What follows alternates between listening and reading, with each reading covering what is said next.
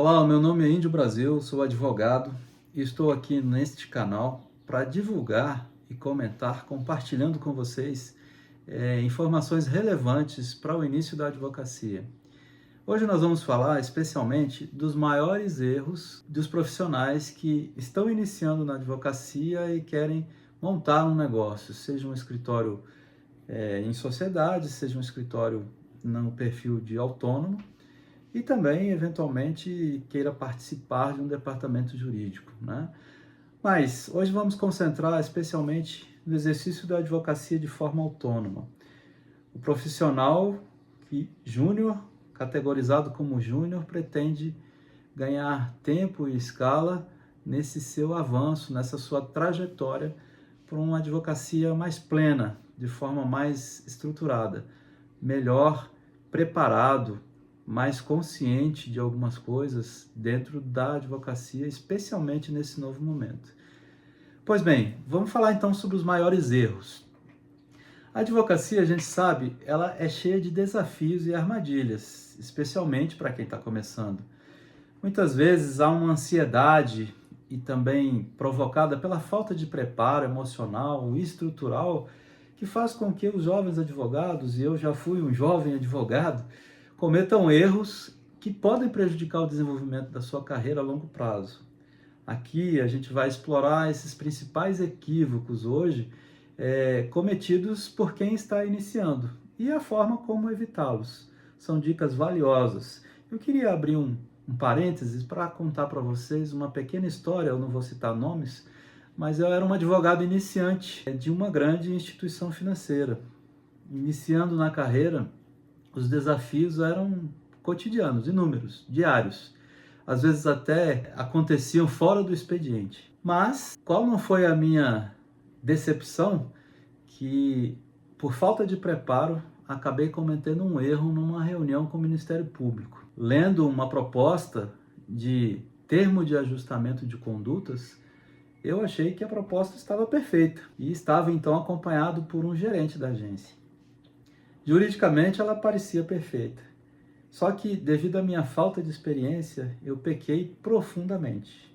Porque quando eu cheguei para o meu chefe, todo feliz, para dizer que eu tinha então conseguido resolver o problema do banco, na verdade eu tinha cometido um erro grave, que era ter onerado o banco com uma responsabilidade que o banco não queria ter, que estrategicamente não era ideal.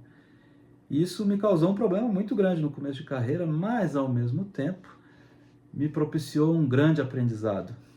E é sobre esse momento de passagem de uma jornada para outra, você ser um advogado júnior e começar sabendo de algumas coisas importantíssimas, estratégicas, que você só conhece com experiência, é importante para você trilhar este caminho e se tornar um advogado, mesmo não tendo passado pela experiência, mas consciente de que como você pode ultrapassar aquele desafio. E esse medo, né, é que às vezes nos corrompe, nos prejudica, e às vezes a gente nem está percebendo o que estamos fazendo, né? E isso pode ser fatal para a sua carreira. Por isso é importante ter a consciência, conseguir mapear o ambiente e entender como que as coisas devem funcionar. Enfim, nós vamos falar sobre isso aqui de forma mais aprofundada mais adiante.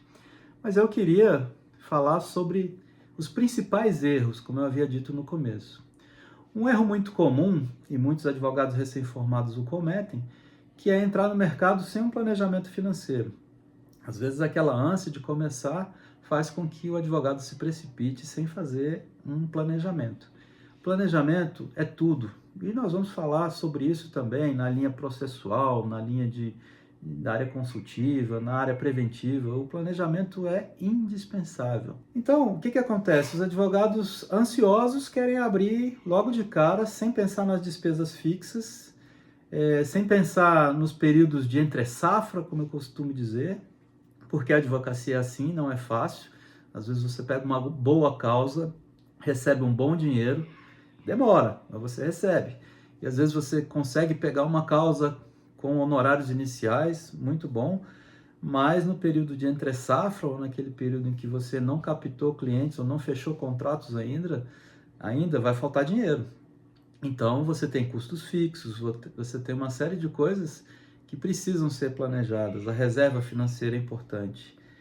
A gente vai falar também que, além de manter uma reserva preparada, seja para os períodos de entre safra, seja para o próprio começo, você precisa decidir como que você vai seguir. Se você vai ter uma sede física, como é o modelo tradicional, ou se você vai escolher o modelo online, né? E é importante saber disso porque a sede física você tem, como eu disse, os custos que são elevados, um aluguel, uma secretária, material de escritório, as políticas de marketing, as campanhas. Então você tem que considerar que isso é um modelo que atualmente ele está ficando um pouco ultrapassado, porque com o advento da pandemia, até antes dela, era possível já contratar escritórios de coworking, empresas especializadas em aluguel de ambientes, coisa que pode fazer e propiciar uma economia vultosa para os seus custos fixos. A própria OAB, em algumas subsedes, ela concede espaços que o advogado pode trabalhar de forma gratuita. Então, para começar, você precisa entender todo esse cenário, para que você não se precipite e não se prejudique. Fazer parcerias com outros advogados também é um ponto relevante nessa caminhada. Então, considere antes de começar que você talvez não precise de uma sede física, que você talvez possa se aliar a algum colega para que façam juntos em parceria e que você indispensavelmente vai precisar de planejamento e hoje também você vai precisar de marketing. Então, tudo isso é de suma importância para você crescer e alavancar a sua carreira. Outro erro importante é a ansiedade de conquistar clientes imediatamente. Você já quer ter o seu escritório com pelo menos uma dezena de clientes. Isso é praticamente impossível, mas é um caminho. Você ficar esperando que as pessoas apareçam no seu escritório. Hoje precisamos de uma reação mais contundente do que simplesmente havia na advocacia tradicional, de ser simplesmente indicado. A não ser que você já tenha um bom network, eu já vinha construindo esse network. Mas a gente sabe, sempre, eu passei por isso também. Eu não tinha cabelo branco, a minha barba não era branca, mas as pessoas me procuravam. Só que quando elas olhavam para mim, elas diziam e pensavam, e eu lia isso nos olhos dos clientes, esse cara não sabe nada ainda, ele não tem experiência. Mas como que você vai ter experiência se você não começar, né? Então, é preciso parar de pensar que você tem que ganhar clientes rapidamente, e aí você acaba cometendo um outro erro em consequência, que é aceitar o cliente por qualquer preço, em qualquer área, sem se focar numa especialização, ou sem estar preparado para isso. Então, é preciso entender, para evitar esse erro, que a advocacia não é uma corrida de 100 metros, ela é uma maratona. Você tem que escolher um nicho, e aqui a gente vai falar sobre nichos, que são segmentos do mercado da advocacia, através dos quais você pode, por exemplo, conseguir cobrar honorários iniciais, que você pode atuar de forma mais produtiva em termos de honorários, ela pode ser mais próspera do que em outras áreas, ou ela é menos próspera, mas ela é mais rápida, que você não depende do judiciário. O judiciário, a gente sabe, ele tem muitas dificuldades pela quantidade de processos, pela ineficiência da máquina. Então, são coisas que você precisa levar em consideração antes de se precipitar, né? É importante que você construa também uma certa autoridade para que o cliente não te olhe com falta de segurança, com insegurança. E ele perceba que você, apesar de novo, apesar de jovem advogado, você já reúne condições para atendê-lo com qualidade. Então, se você puder investir em especializações, em cursos e investir em network na área que você realmente quer atuar, isso vai ser muito valioso para você superar essa fase. Outro erro comum é achar que você já sabe tudo depois que saiu da universidade ou da faculdade. Isso é um erro crasso, vamos dizer assim, é um erro fatal. porque muitos recém-formados acham que só a faculdade já os qualifica. O mercado não é assim, o mercado entende que você precisa mostrar mais do que a mera graduação. Você precisa ter um domínio técnico nos processos, nas questões, porque se você não apresentar isso para o cliente, sendo novato ainda por cima, você vai ter dificuldade de inspirar a confiança. E a confiança do cliente é tudo. Me lembro de uma oportunidade em que eu, já num certo nível de pleno, advogado pleno, advogava e as pessoas me procuravam, mas é sempre um processo de construção de confiança. E hoje, vale dizer, abrindo um parênteses aqui, a informação é muito disponível, então o cliente procura um advogado meio que já sabendo o que o advogado pode lhe responder, porque ele já foi no Google, ele já pesquisou em alguns outros sites, ele já conversou com conhecidos, parentes, advogados, e aí ele vai te testar, na verdade. E por isso é indispensável que você tenha um preparo técnico mínimo. A faculdade, ou a universidade, a graduação, ela não te entrega tudo. E é muito comum a sensação de você sair da graduação, e é isso que a gente quer trazer uma contribuição aqui, e não saber para onde você vai. É uma angústia enorme. Eu tive colegas que, em momento difícil, exatamente nesse momento, não sabia onde é que era o fórum, não sabia como se protocolava uma petição, não sabia a quem dirigir uma petição, não entendia de competência de ações, regra básica do direito processual. E como eu me preparo para uma sustentação oral, o que eu devo dizer? Então, a gente aprende, há boas universidades, há bons professores, boas graduações, embora existam muitas, né, que até banalizou um pouco isso, não foi positivo, mas também a diferença tem que ser feita pelo profissional, pelo acadêmico que vai se tornar um profissional. Então, nunca pare de estudar. A forma de evitar isso, nunca pare de estudar. Até porque o direito está em constante mudança e a atualização é imprescindível. Cursos de curta duração, pós-graduações, participação em congressos são elementos fortíssimos para te ajudar a aprimorar o seu conhecimento técnico. A forma de escrever é uma coisa que a gente vai falar muito aqui, porque já vi situações em que juízes, promotores, escrivãos começavam a zombar da forma como eu presenciei isso em audiência.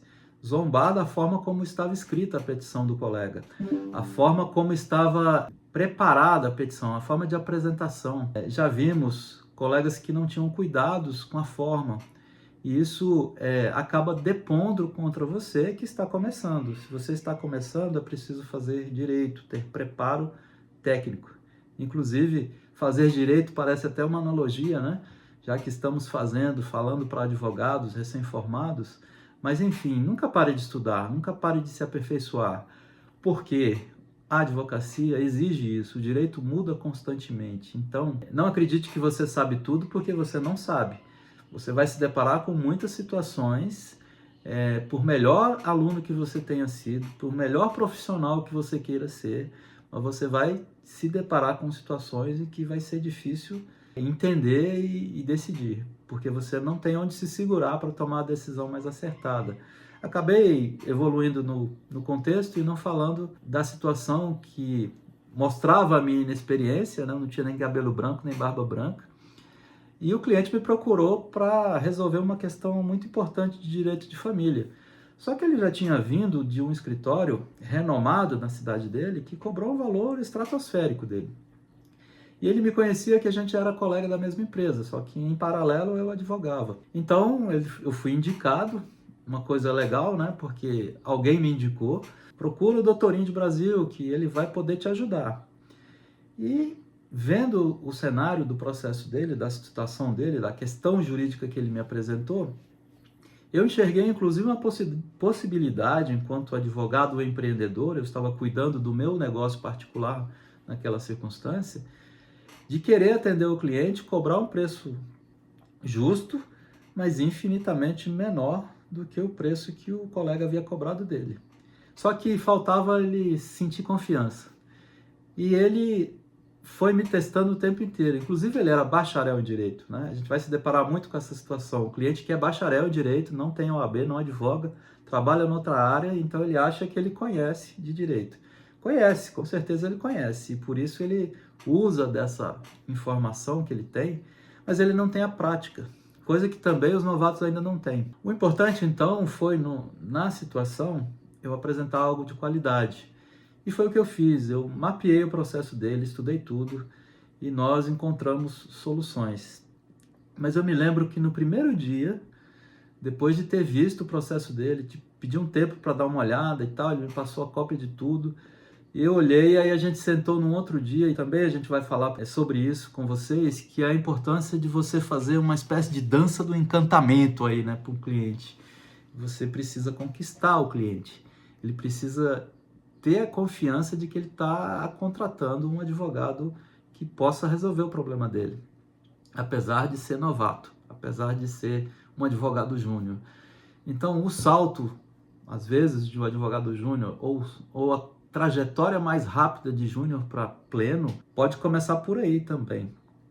Então, nessa situação, o que aconteceu? Eu acabei lendo atentamente o processo dele, mapeei realmente, eu fui do zero ao último estágio e mapeei todas as possibilidades, com critério, com paciência, com qualidade, estudei mesmo, gastei uns 3 dias direto estudando o processo dele, e eu disse para ele simplesmente o seguinte: a gente vai ganhar esse processo com base nas suas testemunhas.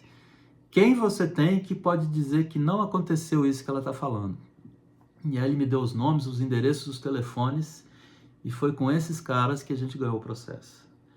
Teve até revelia que a gente conseguiu virar. Então, foi muito importante, primeiro, eu saber que eu não era tão bom quanto o figurão, colega figurão, mas que eu tinha qualidade para fazer um trabalho tão importante, tão, vamos dizer assim, de qualidade técnica, quanto ele poderia fazer. E eu me empenhei para isso e consegui.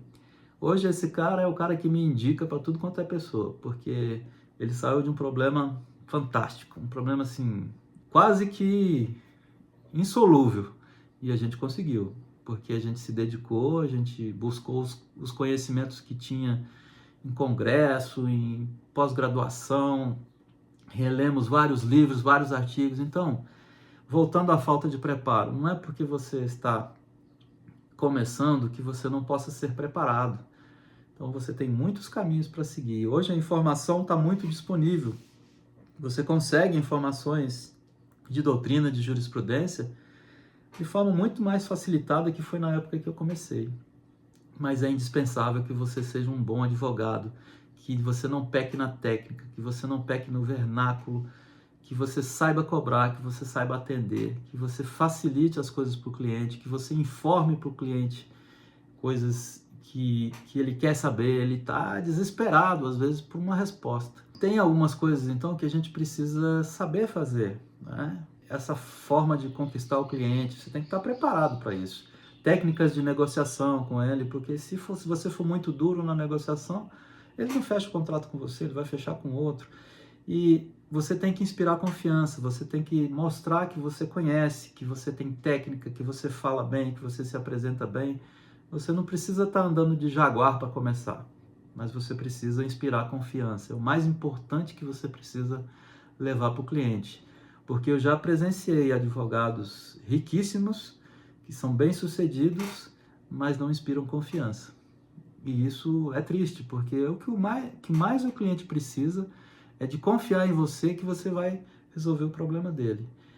É interessante também que a gente precisa, além da parte técnica, cuidado com o vernáculo, cuidado com a técnica jurídica, não passar informações precipitadamente, porque você pode não estar certo de que elas estão corretas, e também tentar atender o cliente de uma forma em que ele sinta segurança, da forma como você atende, da forma como você fala, da forma como tecnicamente você explica, da forma como você escreve, até um contrato. Tem que ter qualidade, o formato você tem que ter cuidado com a forma.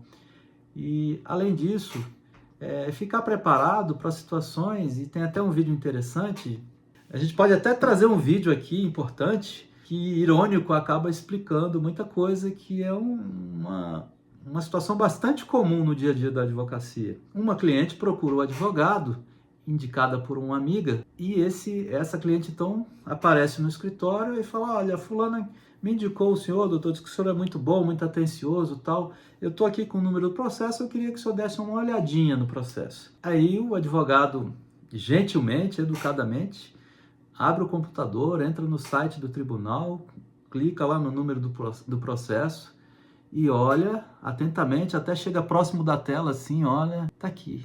O processo está aqui, ele está lá, está distribuído, está visto, está tudo normal. O processo está lá no fórum. Ela, tá, mas e o que o senhor tem para dizer do meu processo? Não, é isso. Você pediu para ver, eu vi, ele está ali, né? Está distribuído para a vara tal e está em tramitação ainda, então é isso. Não, mas eu quero que o senhor me diga alguma coisa. Doutor Mauro, eu sou a Áurea, tudo bem? Pois não? Tudo bem. A Claudinha, da Associação Comercial, que te indicou. Ah, sim, ela comentou. O que você queria? Eu sou meio traumatizada com o advogado. E a Claudinha falou que você é de confiança, que você faz as coisas super certinho, correto. Ah, que legal. Eu tenho um nome bom, graças a Deus. Mas você queria entrar com uma ação, é isso? Não, Queria me contratar para acompanhar uma ação? também não. Eu só queria que você desse uma olhadinha no processo pra mim. Olhadinha. É, só uma olhadinha, coisa rápida. Tá bom. Cadê? Aqui o número. Tá certo.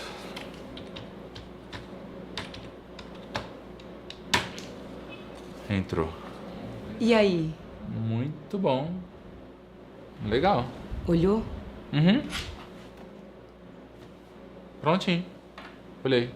Ah, O quê? e aí? Tá bem legal. Tá no fórum. Tá, mas tá em que fase? Ai, desculpa, eu entendi que você quisesse que eu só desse uma olhadinha, mas você quer que eu faça uma análise do processo, então é isso, né? Isso. Desculpa, ficou até sem graça, não sei o que passou na minha cabeça. Lerdo. Imagina. São R$ 1.500. Quê?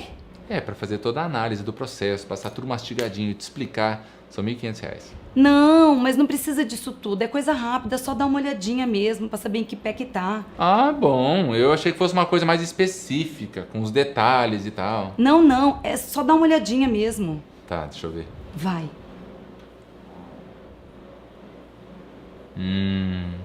Tá bem legal, olha. Muito bom. Onde que tá o processo? No fórum. Tá na mão de quem? Com o juiz, no fórum. O juiz tá no fórum dele, né? E tá em que fase? Na fase de dar uma olhadinha. Doutor, você pode dar uma aprofundada, falar assim mais especificamente, por favor? Claro que eu posso. Eu tô aqui pra isso. Ai, obrigada, eu tô precisando mesmo saber. São R$ 1.500. Você acha isso justo? R$ 1.500 só pra dar uma olhadinha no processo? Com todo respeito, mas você tá faltando com a verdade. Eu já dei uma olhadinha no processo e você não pagou nada. Mas você não me falou nada? Você não me explicou? Você não falou nem em que fase que tá? É que aí já não é olhadinha, né? Aí já é meu trabalho. E são R$ 1.500. E você acha isso justo? Eu já paguei outro advogado e agora sou obrigada a pagar 1.500 pra você? Mas você acha justo? Você contratou outro advogado, pagou ele pra entrar com a ação e agora quer que eu olhe, analise e te explique o processo de graça? Sim. O que custa? Meus anos de estudo, minhas especializações, meu escritório. Por favor, é só uma olhadinha. Tá bom. Pronto. Assim não. Olha aqui. Vai no seu advogado que entrou com a ação pra você. Mas eu não confio nele. Tá bom, eu pago, mas já vai olhando aí pra mim. Aqui meu Pix. Abri meu aplicativo. Eu espero. Não dá pra ir vendo? Eu já tô fazendo. E eu aguardo. Pronto, fiz. Deixa eu ver. Ai, eu não salvei o comprovante, mas eu fiz. Ah, tudo bem. Eu só vou dar uma olhadinha no extrato, tá bom? Que saco! O advogado é tudo desonesto. Era só ter dado uma olhadinha. Custava dar uma olhadinha, mas quer saber? Não precisa de nada não, viu? Muito obrigada, tchau, viu? Ué, se for só uma olhadinha, eu não cobro nada. Agora, se quiser algo mais, só quero dar uma olhadinha no dinheiro entrando na minha conta. Só uma olhadinha.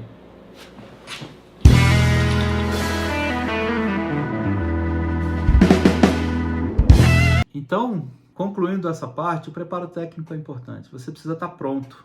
você precisa transmitir confiança, tecnicamente, profissionalmente e até de uma forma humanizada. Você tem que entender o problema do cliente. Não adianta você entrar com uma ação maravilhosa citando latim, doutrinas das melhores, atualizadas e jurisprudências especializadas, doutrinas especializadas, jurisprudências atualizadas, e você não entendeu o problema do cliente, porque há situações em que ele pode ganhar, mas não levar. Então, para que você entrou com o processo? Ele vai te dizer, vai te questionar isso. Doutor, mas então não valeu a pena. Eu te paguei tanto de honorário, eu esperei tanto tempo, o senhor fez isso e aquilo e eu perdi. Não, o senhor ganhou, a sentença saiu procedente. Mas eu não recebi, por exemplo. Quer ver um exemplo prático? Execução. Eu vou cobrar de um cara que não tem nada.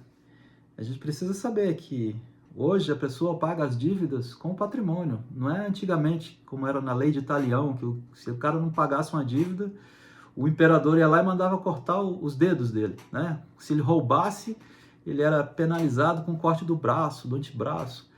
Não é mais a lei de Talião, é o patrimônio que paga a dívida. E se o cara não tiver nada, eu preciso falar isso para o cliente. Eu preciso ter integridade suficiente, honestidade suficiente para não induzi-lo a entrar com uma ação que a gente chama de temerária. Você vai fazer o cliente gastar dinheiro, perder tempo e no final das contas ele não vai estar satisfeito.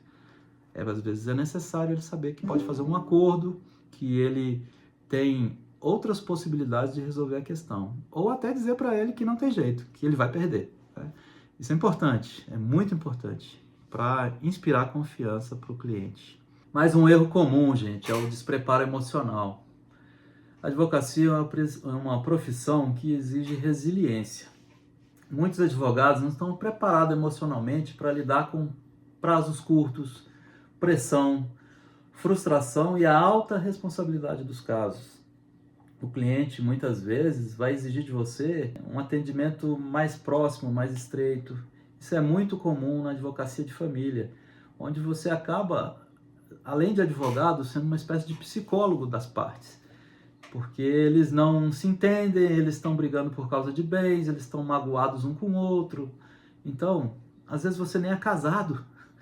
Você só viu os sufocos dos seus pais, mas você vai ter que lidar com uma situação que você precisa ter um certo preparo emocional para tentar contemporizar as partes. Ou para tentar defender o seu cliente de forma eficaz, para que você não transpareça que você não está emocionalmente preparado. É muito importante também fazer essa separação clara. Você é um profissional advogado, você não pode se envolver de forma emocional na questão das partes. É claro que às vezes a gente fica tão ansioso para ganhar o caso que às vezes a gente toma as dores do cliente, mas é preciso distinguir que o emocional não pode te atrapalhar a ponto de você ser técnico. Então, é importante observar isso.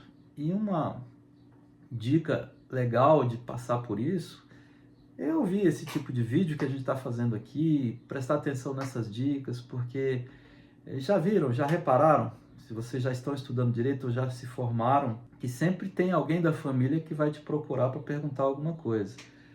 E a gente já teve experiência de fazer serviços para familiar, não é recomendável. Se a gente puder evitar, é melhor, a não ser que a maturidade das pessoas que estão contratando e a sua já seja suficiente para alguns entenderem algumas coisas importantes. Mas eu conto a história do meu pai, que também era advogado. Certa vez ele pegou um divórcio de 2 tios meus que estavam em crise no casamento e queriam se divorciar. Meu pai nem cobrou nada, porque era da família, e fez então o divórcio, mas foi praticamente uma guerra, porque os filhos não aceitavam o divórcio e acabaram, no fim das contas, culpando meu pai pelo fato dos pais deles estarem se divorciando. E acabou que meu pai ficou muito chateado nessa situação, porque ele não queria que os dois separassem. Eles que procuraram meu pai, os filhos, sobrinhos do meu pai, que o procuraram: doutor, tio, por favor, ajuda os nossos pais aí, que eles estão em conflito, eles vão acabar se matando, né? E aí meu pai então fez tudo que era possível e ainda assim não cobrou nada. E o patrimônio era grande, mas ele ficou desconfortável até de cobrar. É um ponto que você precisa pensar também, porque às vezes você não vai conseguir cobrar do seu familiar uma quantia que vale o seu trabalho. Mas, enfim, a moral dessa história é que ele acabou sendo taxado como o culpado pela separação, sendo que ele só era o advogado. E ficou muito chateado com isso. É uma espécie de frustração que é também comum de acontecer, a pressão. Então, o advogado, ele precisa cuidar de forma muito, mas muito estreita, com muita atenção dos prazos processuais. Prazo para o advogado, e eu dizia isso em sala de aula, quando ministrava aula em universidade, que o prazo chega a ser mais sagrado do que a sua própria mãe. Porque se ela vier a faltar, você consegue rezar por ela e pedir pela alma dela, alguma coisa assim. Mas se você perder um prazo, você pode arrumar a explicação que você quiser, que não adianta nem rezar para sua alma, porque o cliente já te desqualificou. Como é que você vai explicar para um cliente que, por exemplo, porque você perdeu um prazo, ele tem que pagar R$1 milhão amanhã? Ele pode ficar sem a casa dele se você tiver perdido um prazo. Então, gente, a questão do controle emocional é um erro muito comum. Existem várias formas de você se prevenir. Primeiro, não misturar as coisas. Segundo, se preparar adequadamente. Eventualmente, procurar uma mentoria de advogados mais experientes. Temos muitas hoje no mercado, na sua área, no seu segmento, enfim. A propósito, gente, de procurar se preparar de forma mais adequada, existem no mercado inúmeras mentorias, ofertas de mentorias, em direito como um todo, em áreas específicas do direito.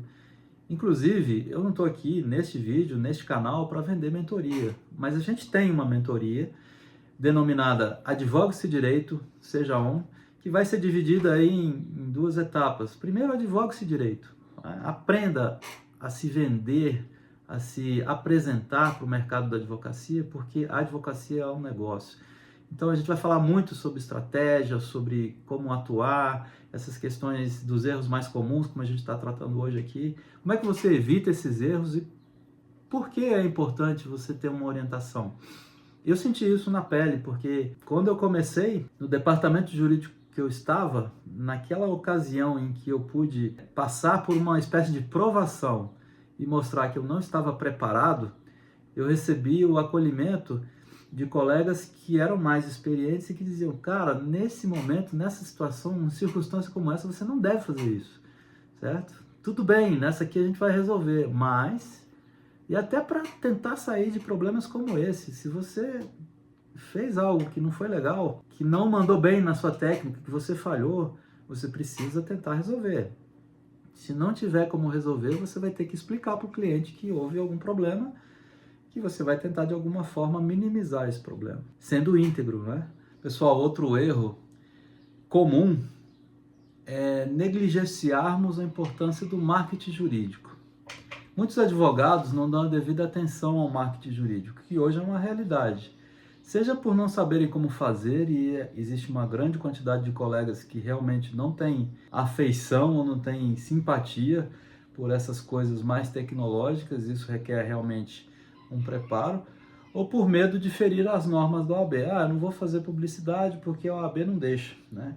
Saibam vocês, saibamos nós que a OAB já regulamentou esse assunto. Então hoje é possível sim fazer marketing jurídico, claro, respeitando as regras da OAB. Mas não dar a devida atenção à possibilidade de fazer marketing jurídico é um erro importante, que você tem que considerar para não cometer, porque hoje não dá para você ficar esperando o cliente bater na sua porta.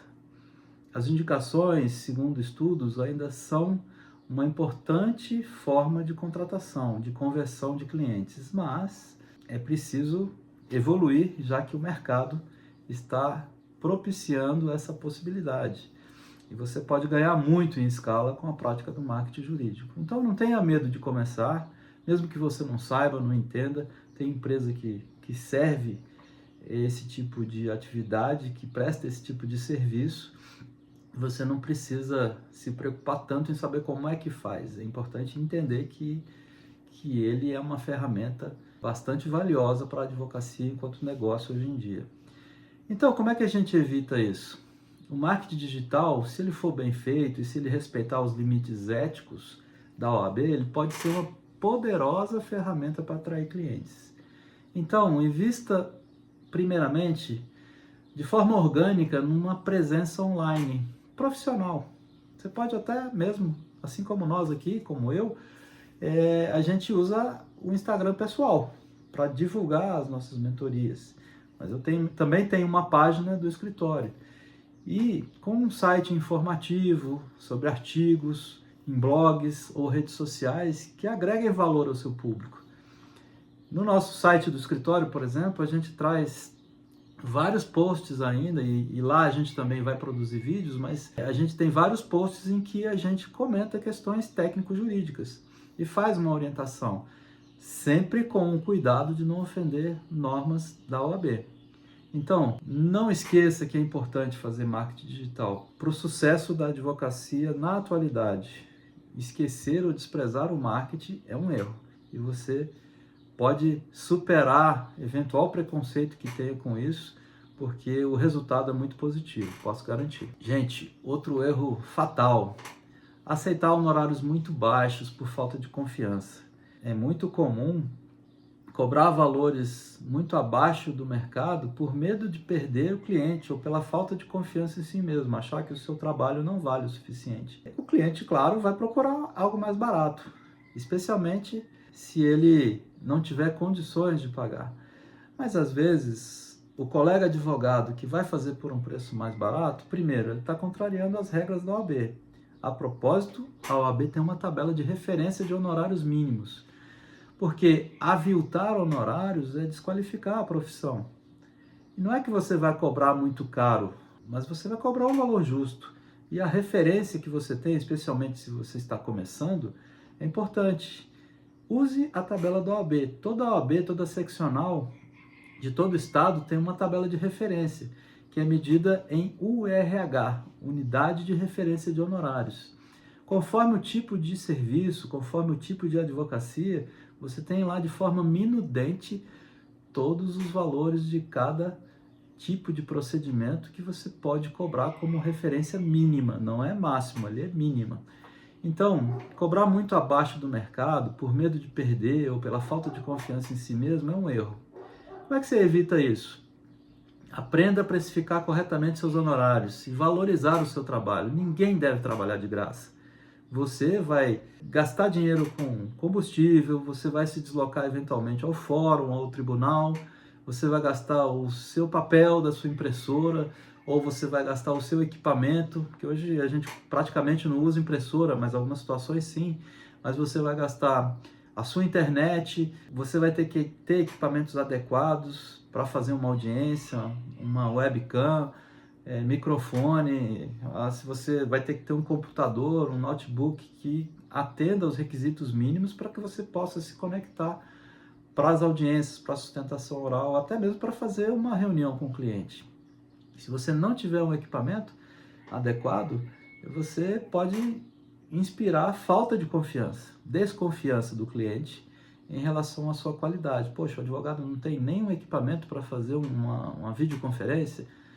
Alguns até vão mais além, mas onde é que é a sua sede própria? Então, o fato, a gente já falou sobre isso aqui, mas o fato de você cobrar muito baixo avilta os seus honorários, aviltando os seus honorários, é um erro. Então, é preciso honrar a sua profissão, cobrando um valor justo, e o que vai refletir o seu conhecimento e o seu esforço. Então, a dica para isso: pesquise a tabela de honorários da OAB, converse com advogados mais experientes. Há situações e situações. O importante é que você precisa saber cobrar, valorizar o seu trabalho. Você não deve trabalhar de graça, a não ser que você esteja disposto a isso. É importante saber que você pode trabalhar pro bono. Eu tenho colegas mesmo que se aposentaram e resolveram só advogar pro bono. Mas há situações em que, por exemplo, eu não tive condições de assumir determinada causa porque o cliente não tinha a mínima condição de pagar. O que eu fiz? De forma íntegra, eu disse para ele: olha, eu tenho custos aqui que eu não consigo fazer para você de graça. Então, indiquei para que ele procurasse a Defensoria Pública.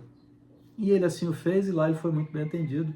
que a Defensoria Pública, a propósito, faz um trabalho muito importante de dar esse assessoramento gratuito às pessoas necessitadas. Bom, prosseguindo, ignorar a construção de um network. Você precisa, na advocacia de hoje especialmente, atentar para isso. Por quê? Porque o network vai possibilitar negócios, oportunidades, conhecimento, aperfeiçoamento. Então, ignorar a importância da construção de uma rede, de uma network, é um erro fatal, porque existem inúmeras oportunidades. E às vezes você está começando, está envergonhado, está intimidado, porque você vai participar de algum grupo. E olha, existem mais grupos aí de network do que a gente imagina, em associações comerciais, e há empresas criadas, associações criadas para propiciar esse ambiente de networking. Algumas empresas vendem essas situações, esses ambientes de networking como um produto. Então é muito importante você participar disso, porque ali você encontra oportunidades, você encontra parcerias, você encontra aperfeiçoamento, você encontra até uma própria desenvoltura, porque você deve, nesse ambiente, começar a observar como os maiores ou os mais experientes fazem, para que você abrevie um pouco do seu caminho dessas dificuldades que são naturais, são costumeiras. Então, cultive boas relações no meio jurídico, porque isso é essencial para você trocar experiências e conseguir indicações de casos. Às vezes o colega tem um escritório que é trabalhista e ele precisa lá de atender um cliente que procurou para previdenciário e você faz previdenciário. Então, assim, nesses grupos o que acontece normalmente é isso. O cliente procura o advogado trabalhista, só que o advogado trabalhista não faz previdenciário, então se ele tem o seu contato e vocês já fizeram uma interação, ele pode te indicar para essa pessoa que é um cliente previdenciário da sua área e vice-versa. Então, com isso você vai construindo uma rede que vai te ajudar muito. Então, participe de eventos, de seminários, grupos de advogados, crie conexões que vão sustentar o seu crescimento a longo prazo. Sem isso, a gente não consegue evoluir com a velocidade desejável de hoje. E a propósito, não sei se vocês já ouviram falar nisso, mas nós estamos na era do compartilhamento. A própria internet sugere um compartilhamento de informações estrondoso. Então, em todos os segmentos profissionais e de conhecimento, o compartilhamento está presente. Compartilhamento de estrutura nas grandes organizações, compartilhamento de informações nas redes acadêmicas, compartilhamento de experiências nesses grupos de network é valiosíssimo. Então é muito importante você atentar para isso também. Então, pessoal, resumindo, a gente trouxe aqui uma lista dos erros mais comuns do advogado iniciante. Então, se você quer dar um certo salto nesse seu período de evolução de advogado júnior para advogado pleno, sem sofrer tanto, sem experimentar tantas dificuldades, siga esses nossos conselhos aqui, porque seguramente você vai se sair melhor sabendo desses erros e sabendo da forma como evitá-los. Então, deixe o seu comentário, traga a sua dúvida, talvez a gente possa te ajudar também com novos comentários sobre outros assuntos e também esclarecer alguma dúvida que tenha ficado nesse vídeo. Então é isso, a gente se vê no próximo vídeo. Um abraço!